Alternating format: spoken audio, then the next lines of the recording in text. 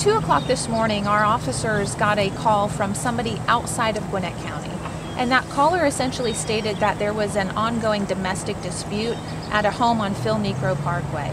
When our officers got out here, they found a woman who was unresponsive.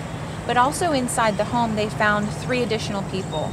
2 of those people were young children, and 1 was a special needs adult. Upon further review, they discovered that the woman was obviously deceased. However, she did not have any external trauma to her body, like no gunshot wounds, no stab wounds. We're investigating this as a homicide, and we since have called out our homicide investigators along with our crime scene unit, and they came out here and processed the scene. Right now, we believe that the lead suspect is going to be the father of the 2 youngest children.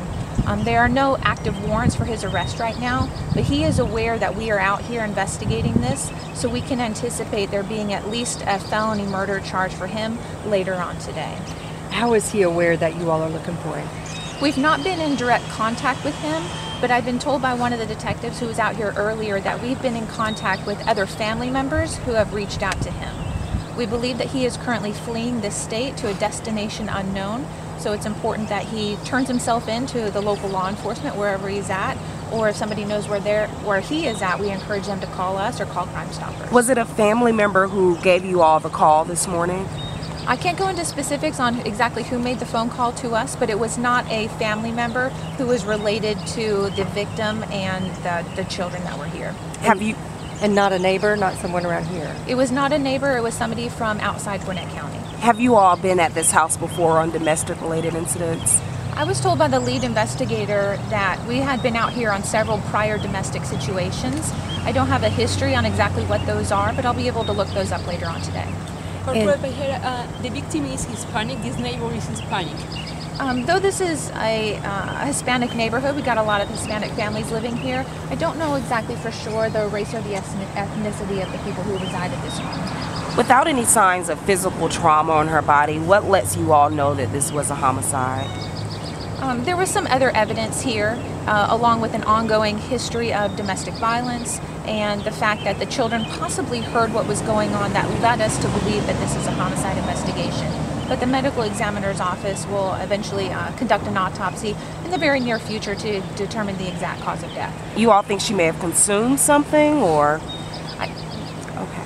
Yeah. Where in relation to the house was the woman found?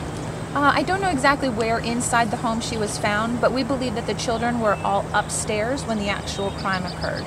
So the body was not in the yard. I don't know how we were under that impression.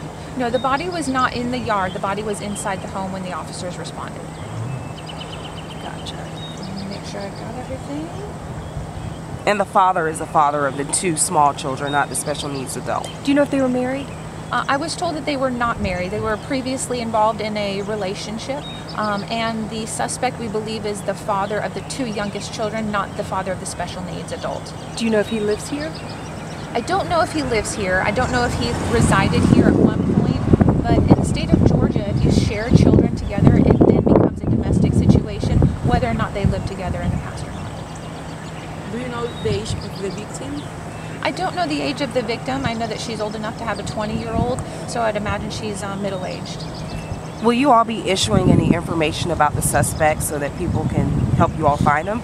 Yes, as soon as I get more information on the identity of who the suspect is and the active warrants that we'll have out for him, we'll be able to release his name later today. And hopefully upon notification of the victim's family members, we'll be able to publish her name as well.